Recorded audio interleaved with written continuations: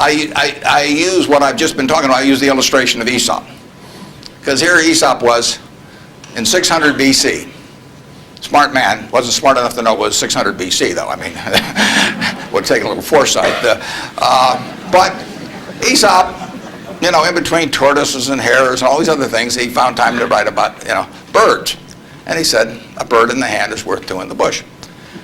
Now that isn't quite complete, because the question is, how sure are you that there are two in the bush? And how long do you have to wait to get them out? Now, he probably knew that, but he just didn't have time because he had all these other proverbs to write and had to get on with it. So, but he was halfway there in 600 B.C. That's all there is to investing, is how many birds are in the bush, when are you going to get them out, and how sure are you? Now, if interest rates are 15%, roughly, you've got to get two birds out of the bush in 5 years to equal the bird in the hand. But if interest rates are 3%, and you can get two birds out in 20 years, it still makes sense to give up the bird in the hand, because it all gets back to discounting against an interest rate.